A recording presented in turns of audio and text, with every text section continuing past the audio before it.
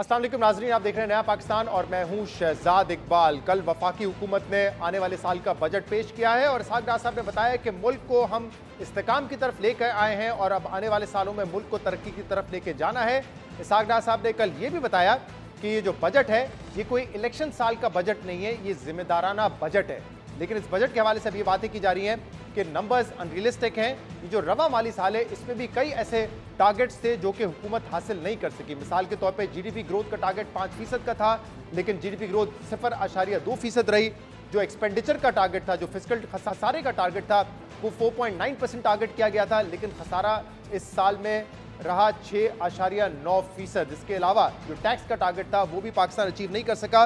Similarly PSDP 800 अरब रुपए का रखा गया, लेकिन उसमें भी तकरीबन 250 अरब रुपए का शॉर्टफॉल था। और अब यही कहा जा रहा है कि अगले साल के जो नंबर्स पेश किए गए हैं वो भी लगता है कि अचीव नहीं हो सकते। मिसाल के तौर पे जो टैक्स का टारगेट रखा गया है 9,200 अरब रुपए, जिसमें कहा गया है कि सिर्फ जो नए टैक्सेस हैं वो 200-225 अरब रुपए के हैं। इसलिए सवाल उठ रहा है कि ये टारगेट कैसे अचीव होगा।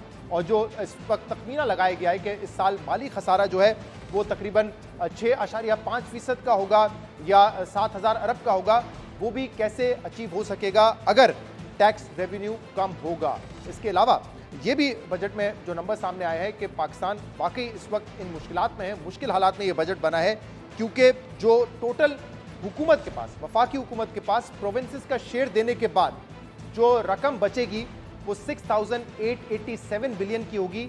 यानी कि ये रकम काफ़ी नहीं है सूद की अदायगियों के लिए भी। सूद की अदायगी 7,303 अरब होगी। यानी कि पहले दिन जब वफाकी हुकूमत अपना बजट बनाएगी और सूद की अदायगियों को सामने रखेगी तो इसका मतलब पहले दिन का जो माली खसारा है वो 416 अरब रुपए होगा सिर्फ सूद की अदायगियों के बाद।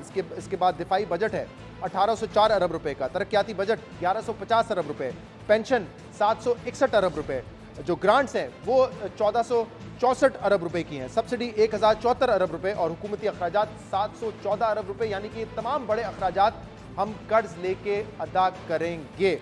इसके अलावा इस बजट में जो एक्सटर्नल फाइनेंसिंग के हवाले से भी रखी गई है, मुख्तस तखमीना लगाया गया है, उसके हवाले से भी सवाल उठ रहे हैं कि ये कैसे अचीव होंगे। क्योंकि अगर तमाम पाकिस्तान के दोस्त ममालिक रोल ओवर कर दें जो कर्ज उन्होंने पाकिस्तान को दिया है, इसके बावजूद तकरीबन 5 से 7 बिलियन डॉलर का शॉर्टेज होगा।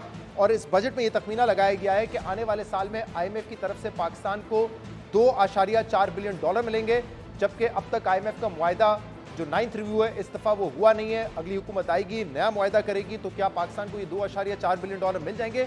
इसी तरह इस बजट में तखमीना लगाया गया है कि यूरो बॉन्ड और सुकूक की तरफ से पाकिस्तान को 1.5 बिलियन डॉलर रेज करेगा और कमर्शियल बैंक की तरफ से पाकिस्तान को 4.5 अरब डॉलर मिलेंगे। अब अगर IMF का प्रोग्राम नहीं होता तो सुकूक, यूरो बॉन्ड कैसे होगा, कमर्शियल बैंक पाकिस्तान को कैसे ये रकम देंगे, इस पर भी सवाल है। और इसके अलावा जो तरक्याती बजट है 950 अरब रुपए का रखा गया है और उसके अलावा मजीद इसमें 190 अरब रुपए पब्लिक एंड प्राइवेट पार्टनरशिप के हैं। ये टारगेट कैसे पूरा होगा, इस पर भी सवाल उठ रहे हैं।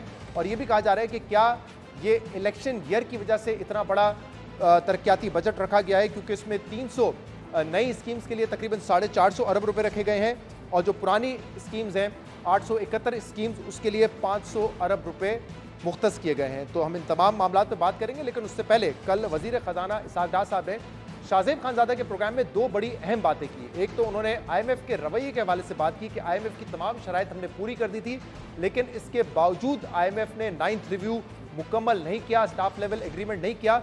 और उन्होंने ये तक कहा कि ये सारी कॉन्स्पिरेसी है, ये जियो पोलिटिकल इशूज़ हैं जिसकी वजह से IMF हमसे स्टाफ लेवल एग्रीमेंट नहीं कर रहा। मजीद उन्होंने क्या कहा, सुनिए जरा। This is Jio politics. I can't say much on camera. You know and I know कि हम किधर खड़े हैं। पाकिस्तान का प्रोग्राम फरवरी में इसको should have been over 9th review. This is total unfair, gross unfair treatment to Pakistan.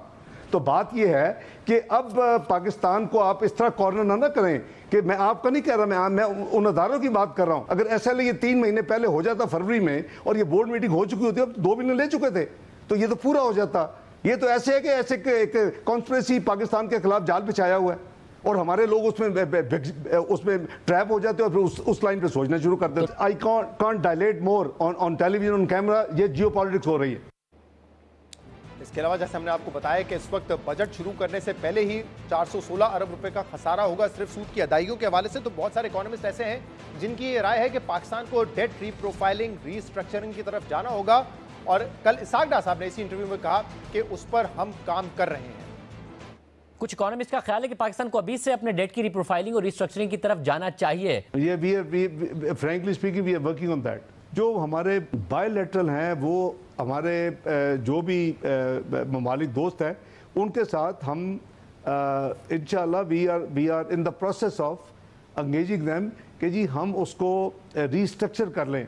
Restructuring is not a bad thing. हम उसका जो पीरियड है वो उसकी हम बाकायदा सर्विसिंग करेंगे।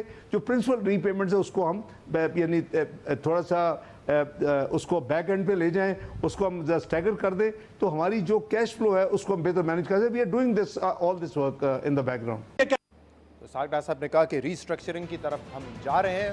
बजट के हवाले से हम मजीद बात करेंगे। जो आदाद शुमार सामने आए हैं वो किस हद तक रियलिस्टिक हैं, अचीव हो सकते हैं।